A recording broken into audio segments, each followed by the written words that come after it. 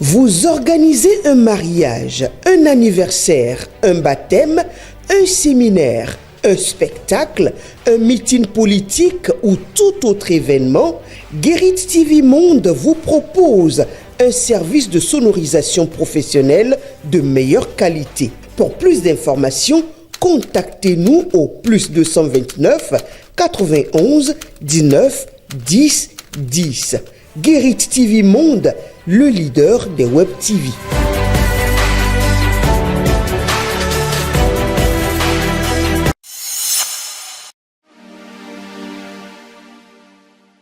Amis internautes de Guérit TV Monde, lecteurs de Matin Libre, bonjour. Bienvenue dans la revue des titres de votre quotidien en sa parution de ce mercredi 27 novembre 2024. Devant la commission budgétaire du Parlement, Tonato présente les priorités du ministère du cadre de vie et des transports pour 2025. Mardi 26 novembre 2024, le ministre du cadre de vie et des transports en charge du développement durable, José Didier Tonato, a présenté devant la commission budgétaire de l'Assemblée nationale le projet de budget gestion 2025. Il est de 359 568,374 millions de francs CFA. Une dotation en baisse de 12,44% par rapport à celle de 2024 qui s'élève à 410 674,445 millions de francs CFA. Pendant ce temps, regain de mesures contre des agents de police. Faisal, la bavure de trop, s'interroge mon confrère. Le gouvernement hausse le ton, écrit-il. La bavure policière ayant conduit à la mort du jeune Faisal à Parakou semble sonner le réveil des autorités béninoises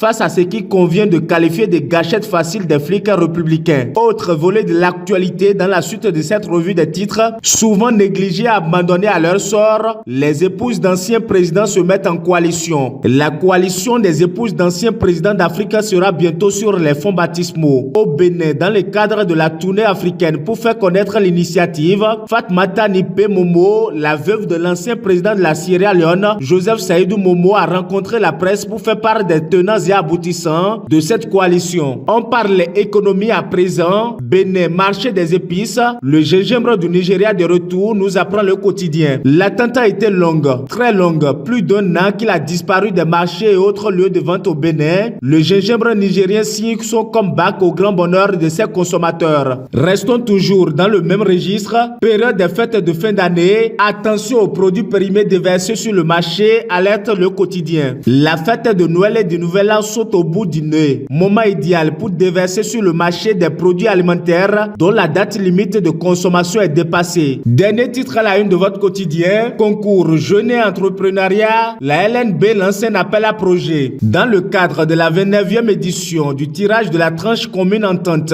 des loteries nationales de l'espace entente, la loterie nationale du BNSA lance un appel à projet dans le cadre d'un concours dont un volet est intitulé Jeunes et Entrepreneuriat et l'autre Femmes et activités génératrices de revenus pour primer les 40 meilleurs projets innovants de jeunes et projets d'activités génératrices de revenus de femmes du Bénin. Amis internautes de Guérit TV Monde, lecteurs de Matin Libre, ainsi s'achève la revue des titres de votre quotidien. Merci de nous avoir suivis. À demain.